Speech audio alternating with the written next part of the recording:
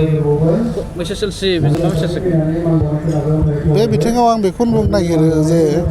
गोबां समाव बेबायदि नुयो जे एसएलसि एग्जामाव मोजाङै उथ्रियो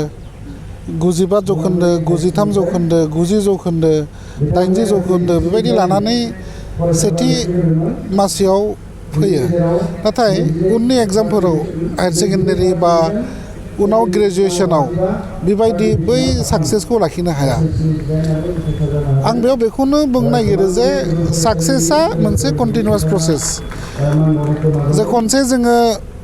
रिजाल्ट खालामबानो लाइफआव साक्सेस जागोन बेबायदि नङा इट्स अ कन्टिनिउआस प्रसेस जों जेबायदि मेट्रिकआव रिजाल्ट खालामदों बेबायदिनो जों हायार सेकेन्डारियावबो खालामनो नाजानांगोन नाथाय मालाबा जे स्टुडेन्टफोरनि गेजेराव माखासे डिस्ट्रेक्शन फैयो आरो दिनैनि बिथिङाव दिनैनि सानाव डिस्ट्रेक्शन गोबां दङ माने आन्दायहोग्रा लामायाव आन्दायहोग्रा गोसोखौ गुबुन फारसे बोना लांनाय डिस्ट्रेक्शन जायो डिजिटेल एजआव ससियेल मिडियाया मोनसे डिस्ट्रेक्शन खालामो गोबां लाइमोनखौनो ससियेल मिडियायाव बांसिन सम थांहोनानै गावनि फरायनांगौ समखौ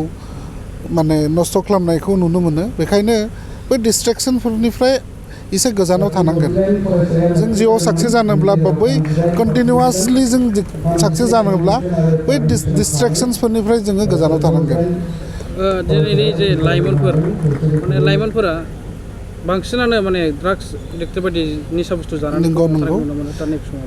बेखौनो आं बुंखाबाय डिस्ट्रेक्शना बायदि जानो हागौ ससियेल मिडिया बा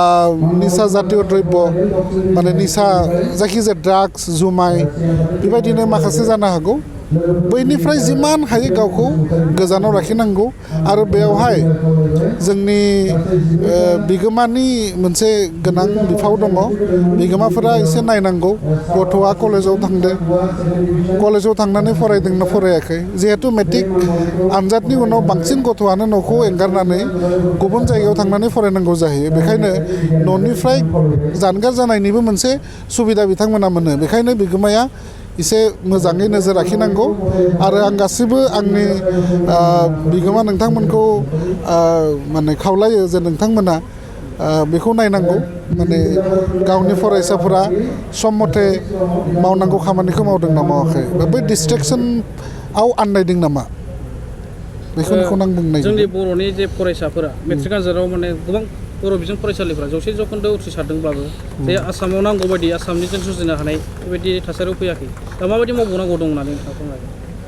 क्वालिटि इडुकेसननि थाखाय बर' फरायसा आफादा गोबां खामानि मावगासिनो दङ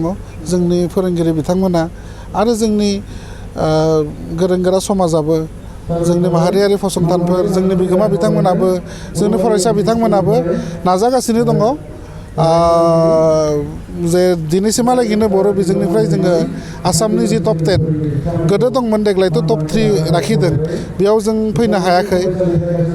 दुखुनि बाथ्रा जों गावखौ सेल्फ इभेलुएसन खालामनांगोन जों माव गोरोन्थि जोंहा दङ आरो जोंनि माहारियारि फसंथानफोर आरो फोरोंगिरि माहारि बिथांमोना नाजागासिनो दङ आरो आसा खालामो फैबाय थानाय दिनाव जों निस्सय बेबायदि मोनसे पजिसनाव मोननो हागोन होननानै आं आसा खालामो मानोना दिनै लास्ट 10 इयार्सनि जुदि जों डाटाखौ नायो मेट्रिकनि 10 इयार्सनि सिगां जोंना 600 फार्स्ट डिभिजन फैयोमोन नाथाय देग्लाय more than 3,800 सामथिं फैदों 10 बोसोराव जुदि बेबायदि मोनसे सेन्ज जानो हायोब्ला आं सानो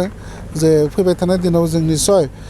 आसामिस मिडियाम बा आसामनि जि टप 3 पजिशन बा टप 10 पजिशन बेयाव जोंनि बर' बिजोंनि फरायसाफोरा मोननो हागोन थेंक इउ